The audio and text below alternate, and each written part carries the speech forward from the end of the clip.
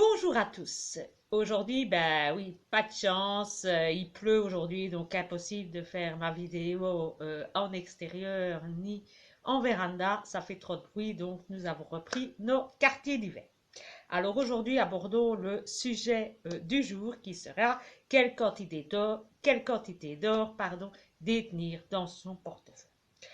Alors, si on voit un peu la manière dont réagissent les gens, eh bien, les gens réagissent alors de façon différente, de trois manières différentes. Vous avez les gens qui investissent dans l'or pour avoir la conscience tranquille, pour dormir sur leurs deux oreilles. C'est un peu ce qu'on appellerait le médicament anti-anxiolytique tel que évoqué dans la théorie de Marc Florentino. La deuxième façon de détenir de l'or pour une certaine partie de la population, c'est de suivre les conseils donnés par des spécialistes du monde financier qui conseillent de détenir entre 5 à 10% d'or par rapport à son patrimoine total. Évidemment, ces 5-10% que ces spécialistes évoquent ne donnent jamais la raison pour laquelle il faut détenir 5 ou 10%. Enfin, les derniers détenteurs d'or détiennent de l'or. Pourquoi? Parce qu'ils ont une vision pessimiste de l'avenir. Pour eux, on entrerait dans un monde de chaos où tous les actifs traditionnels n'auraient plus aucune valeur ou disparaîtraient tout simplement.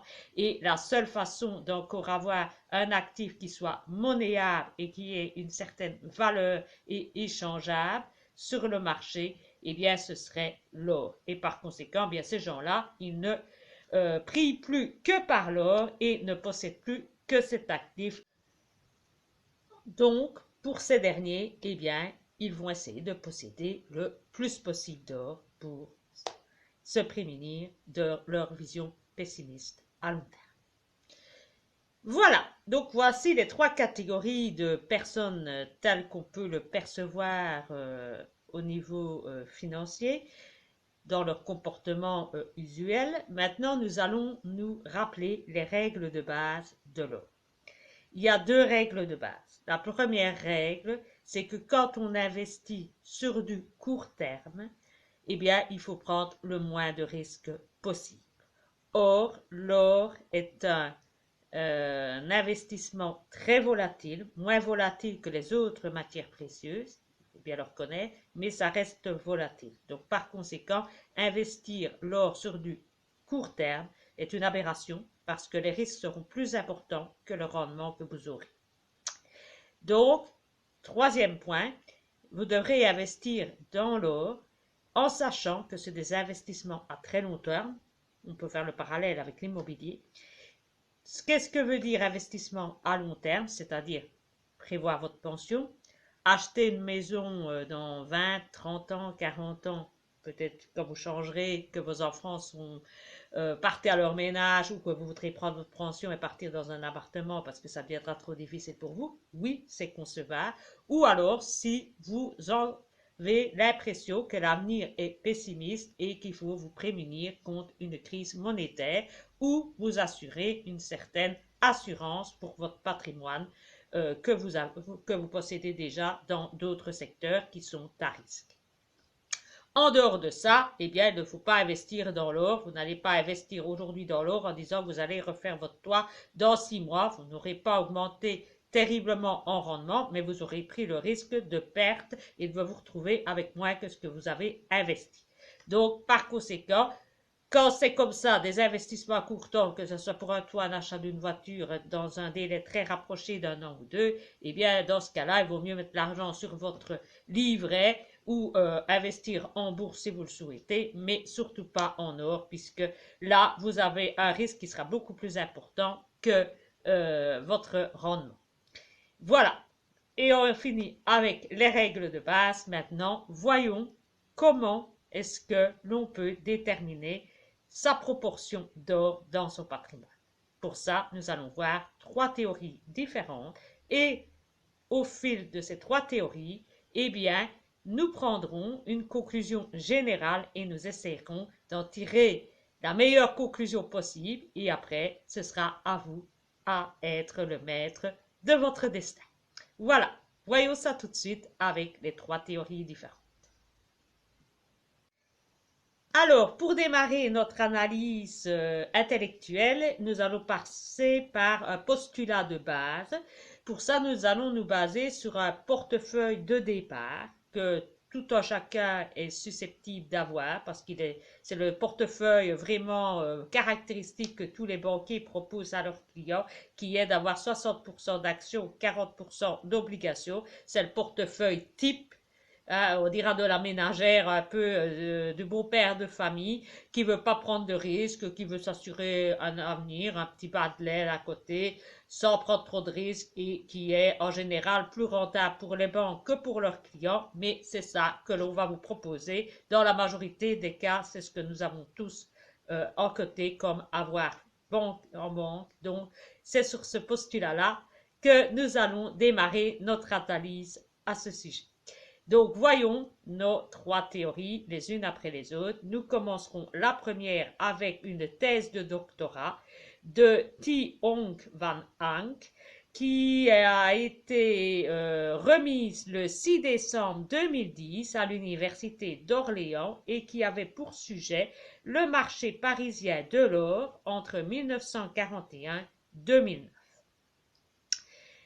Vous trouverez évidemment tous les liens dans le descriptif de cette vidéo si vous voulez aller vous documenter ou lire plus en détail les différentes théories que je vais passer en revue ci-dessus.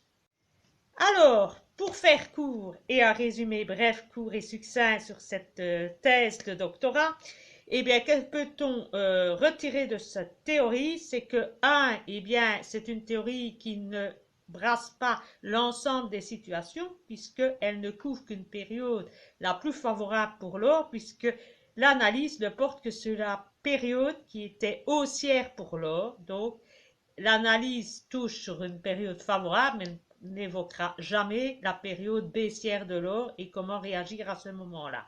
Donc, c'est une analyse qui n'est pas complète. Pour lui, donc, en retenant l'hypothèse que je vous dis que c'était une période haussière, pour lui, pour avoir le moins de risques possible et le meilleur rendement possible pour un portefeuille type, eh bien, c'était de posséder, à côté de son portefeuille type, 3 à 5% d'or physique et 2% d'or papier. Pour lui, ce serait l'idéal pour avoir le moins de risques possible et avoir le meilleur rendement. Mais donc, il y a un bémol, ça ne couvre que lorsque l'or est en période haussière et pour le reste, il n'a pas touché à analyser ces périodes baissières. Donc, on reste un peu sur notre faim puisqu'il n'y a pas toujours que des hausses dans l'or, il y a aussi des périodes où ça baisse comme tout actif. Passons à la deuxième théorie. Bien, nous allons essayer de compléter ce que nous avons appris avec notre premier doctorant. Donc, pour ça, je me suis tournée vers une deuxième analyse qui a été réalisée par le Conseil mondial de l'or, dont le sujet était le suivant, la pertinence de l'or en tant qu'actif stratégique. C'est un travail qui a été réalisé et édité en février 2021, donc c'est assez récent. L'analyse ici couvre les 20 dernières années, donc beaucoup plus proche de nous. Et ici, ils voient leur analyse sur une quantité supérieure d'or par rapport à ce que parlait notre cher doctorant de l'Université d'Orléans, puisque ici, les analyses vont aller sur 5, 10, 15 et 20% d'or dans le patrimoine de l'analyse. Ici, qu'est-ce qu'on peut en retirer? Eh bien, c'est qu'il ressort que plus on possède d'or et plus les risques deviennent élevés. Par conséquent, ils vont recommander de rester dans un créneau entre 5 et 15% maximum. Ce serait pour eux l'élément le plus positif à posséder. Ce qu'on peut néanmoins reprocher à cette analyse, c'est que cette analyse aussi, eh bien, elle ne touche qu'à la période haussière au moment de l'apogée de l'or. Il n'évoque pas ce qui se passe au-delà des 15%, ni ce qui se passe en dessous des 5%, comme invoqué par la théorie précédente. Par conséquent, c'est encore une analyse incomplète, même si ici, on voit déjà que l'on peut augmenter la quantité d'or vers 15%, ce qui serait, selon eux, eh bien, un quota optimal à posséder, mais toujours en période haussière et avec une analyse qui reste toujours un peu lacunaire sur certains points. Alors, on va essayer encore d'affiner notre théorie pour essayer d'avoir le meilleur point de vue possible. Passons donc à la troisième et dernière théorie. Voilà, eh bien, passons donc à cette dernière théorie qui a été réalisée par Jeffrey Christians le 2 octobre 2022. Il est membre du CPM Group et il fait son analyse toujours à partir du système d'un portefeuille type 60-40. Mais ici, il fait son analyse parce que c'est un Américain, bien évidemment, à partir du système américain en dollars. Mais on peut très bien transposer en euros sans aucun problème.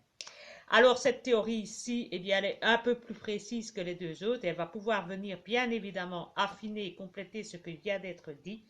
Pourquoi? Parce que son analyse, eh bien, elle se situe entre 1968 et 2020. Donc c'est une longue période de 52 années. Deuxièmement, cette période passe par des périodes haussières et baissières, ce qui n'était pas le cas des deux théories précédentes. Et troisièmement, il fait son analyse par rapport à différentes quantités d'or, en partant de 10 jusqu'à 70% d'or dans un patrimoine. Par conséquent, on a vraiment une analyse très affinée, très pointue et très bien détaillée. Alors, pour faire un résumé rapide de ce qu'il dit, eh bien, c'est que moins de 20% d'or dans son patrimoine, eh bien, ça réduit fortement les risques et ça augmente le rendement du portefeuille. Donc, les théories précédentes se rejoignent un peu avec, donc on a un peu déjà une tendance commune. Si on a plus de 20% d'or dans son patrimoine, eh bien, le rendement augmente et les risques également. Donc, ça confirme aussi ce qui a été dit précédemment.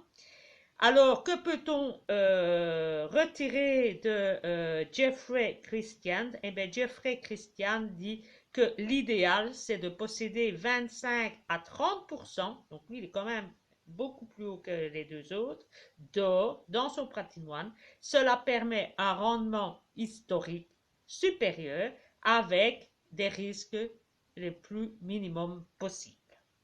Donc, pour lui, posséder 25 à 30% d'or serait un pourcentage optimal qu'il a observé dans les 50 dernières années dans son analyse. Évidemment, tout ce qui s'est passé précédemment, eh bien, ça n'est pas du tout cuit pour l'avenir. Vous l'avez bien compris. C'est pas parce qu'il a vu ça sur 50 années que dans les 50 prochaines années, la situation sera identique. C'est évidemment ce qu'on pourrait lui reprocher. Mais bon, il n'y a pas Madame Soleil non plus. Mais bon, il faut le retenir et pas se dire que en reprenant ça, eh bien, tout va aller tout rose parce que c'est ça qu'il a dit. Donc, bon, voilà, l'avenir, personne ne peut dire ni savoir ce qu'il sera. Donc, évidemment, il faut prendre ça avec des pincettes. Et bien maintenant, je vais essayer de résumer tout cela en quelques lignes et après, vous serez seul juge de la quantité d'or que vous devez posséder.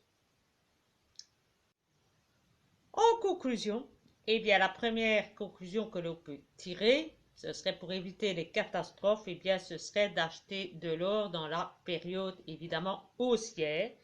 Comme ça, eh bien, on a les risques au minimum et on a le rendement maximum que l'on peut posséder. Ça paraît logique. 2, à le faire sur un horizon à long terme. Ça diminuera encore les risques et ça garantira votre rendement. Troisièmement, se tourner vers un investissement intelligent. C'est-à-dire que si l'on reprend la première théorie de notre doctorant, il paraît entre 3 à 5%, la deuxième théorie allait de 5 à 10%, et la troisième va de 25 à 30%, c'est-à-dire prendre un peu la moyenne, c'est-à-dire plus de 15%, ça paraît certain. Après, entre 15 et 30, bon, voilà. Alors, pourquoi pas couper la poire en deux et aller vers 20-25%. D'ailleurs, théorie qui est d'ailleurs favorisée par Harry Brown, qui lui est un partisan du 25% du patrimoine type. Ça, c'est ce qu'on pourrait retirer comme résultat moyen, raisonnement moyen, donc c'est ce qu'on appelle l'investissement intelligent. Enfin, dernier point, et ce n'est pas les moindres, je pense qu'il a aussi son importance, si ce n'est pas le plus important, parce que vous dire de prendre un quart de votre patrimoine en or, ben certains vont plus dormir non plus, ils vont paniquer en disant oui mais là si ça baisse, je perds tout aussi. C'est un peu le raisonnement psychologique qu'il faut affronter, c'est-à-dire que vous devez choisir aussi votre or en fonction de votre mental, de votre sensibilité personnelle et de votre caractère avide au risque ou pas. Et donc, il est important que vous puissiez être en paix, en accord avec vous-même, donc choisir votre quantité d'or aussi en fonction de votre perception sur l'avenir, sur votre sensibilité personnelle au risque et au fait que vous aimez l'or ou vous ne l'aimez pas, et aussi de vos objectifs personnels. Mais je crois que c'est aussi un élément aussi important que le raisonnement intelligent, scientifique de personnes spécialistes. Je pense que ça a aussi tout aussi son importance, si voire pas l'importance primordiale pour toute personne, c'est de vivre en accord avec soi-même. Inutile d'aller prendre quelque chose si au fond de vous, vous ne le sentez pas. Donc, allez aussi avec votre intuition. Donc, entre 5 et 30%, après, faites-le en fonction de votre sensibilité personnelle et de vos objectifs à court, moyen, long terme et aussi pour vos descendants ou vos héritiers.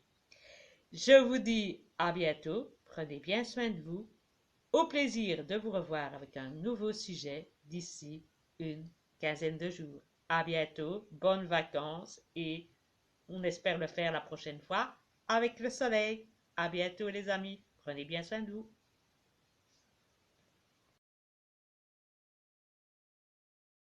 C'est que le premier élément que j'ai retenu des diverses informations actuelles en économie, c'est l'effondrement du prix de l'immobilier en Allemagne pour la première fois de 10%, surtout dans les villes.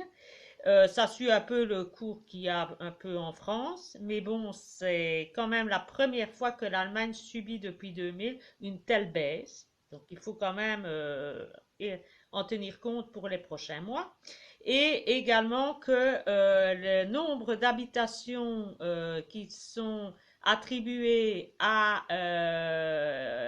des résidences principales, donc des loyers pour personnes en résidence principale, eh bien pour l'instant, ben, le nombre de bâtiments en Allemagne est en forte baisse. Il n'y a plus que 2% de vacations d'immeubles, donc ce qui veut dire qu'il y a pénurie de bâtiments susceptibles de loger des locataires. Voilà. Donc, à tenir compte. Ils disent également dans les différents articles que j'ai lus que ce serait évidemment une baisse des prix temporaires de l'immobilier et que d'ici un an, ceci devrait déjà repartir à la hausse avec 1% pour 2024. À voir, mais à tenir compte.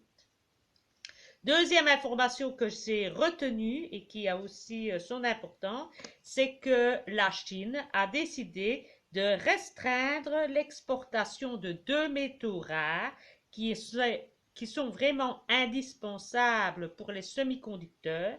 Et cette restriction prend cours au 1er août de cette année. Il faudra donc détenir un certificat pour pouvoir avoir ces fameux métaux précieux rares. Il parle du gallium et du germanicum. Si vous savez ce que c'est, tant mieux. Moi pas, mais bon, voilà pour l'information. Et il abonde dans cette position en invoquant l'objectif suivant, c'est que la Chine veut préserver sa sécurité et ses intérêts nationaux. Voilà, donc suite à cela, eh bien la Commission européenne est en train d'un peu paniquer et apparemment ça remue un peu dans les brancards suite à cette position adoptée par la Chine ces derniers jours et c'est assez imminent puisqu'on parle du 1er août. Donc voilà une information que je tenais également à vous communiquer. C'est les deux informations importantes des vacances. Donc, la baisse du prix de l'immobilier en Allemagne confirmée à 10%. La baisse en Allemagne des immeubles attribués pour les locations, il y en a de moins en moins. La situation semble un peu parallèle en France et en Belgique. Et deuxièmement, les importations de deux métaux précieux indispensables pour les semi-conducteurs qui sont restreints par la Chine à partir du 1er août et qui semblent faire paniquer la communauté européenne. Voilà, je vous laisse cette fois et à la prochaine avec de nouvelles informations économiques et financières. Maryse Le Civre, juriste, préparateur physique et mental, gérante de la boutique Multiblue Paradise et organisateur d'événements sportifs et professionnels.